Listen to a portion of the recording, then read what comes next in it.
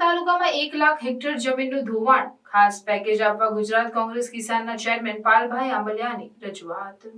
Gujarat Congress કિસાનના chairman Palbhai આંબલિયાએ Junagadh પોરબંદરના ઘેડ વિસ્તારના પ્રાણ પ્રશ્નો તાત્કાલિક નિરાકરણ લાવવા માટે મુખ્યમંત્રીને પત્ર લખ્યો અને પ્રાંત અધિકારીને આવેદનપત્ર આપવામાં આવ્યું છે, જેમાં પોરબંદર જિલ્લાને લીલો દુષ્કાળગ્રસ્ત જાહેર કરવા, ખેડૂતોનું ચાલુ વર્ષનું પાક ધિરાણ સંપૂર્ણપણે માફ કરવા અને પાક નુકસાનીના ફોર્મ ભોળા ખેડૂતો સાથે જબરદસ્તી કરી બિન પિયતના જ ફરજિયાત ફોર્મ ભરાવ્યા તેની જગ્યાએ પિયતના ફોર્મ ભરાવાનો અલગથી સમય આપવા બાબત જેવા પ્રશ્નોનો સમાવેશ છે।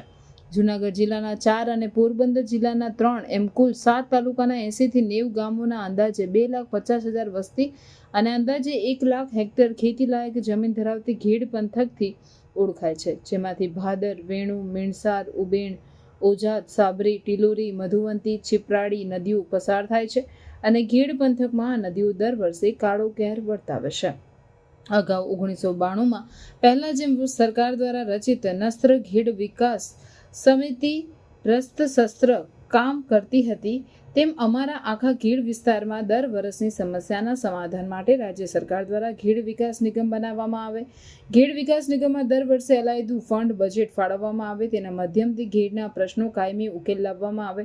ઘેડ વિસ્તારના અનેક પ્રશ્નો અલગ અલગ નદીઓના કારણે થાય છે, એટલે અમારો આ કાયમીનો પ્રાણ પ્રશ્ન તાત્કાલિક હલ કરવામાં આવે। ચાલુ વર્ષે થયેલા અતિભારે વરસાદના કારણે ઘેડ પંથકમાં થયેલ પાક નુકસાની, જમીન ધોવાણ સહિતના નુકસાન પેટે જવોચ્છદનું મુજબ નહીં પણ માત્ર ઘેડ વિસ્તાર માટે જ અલગથી 1000 કરોડનું રાહત પેકેજ આપવામાં આવે।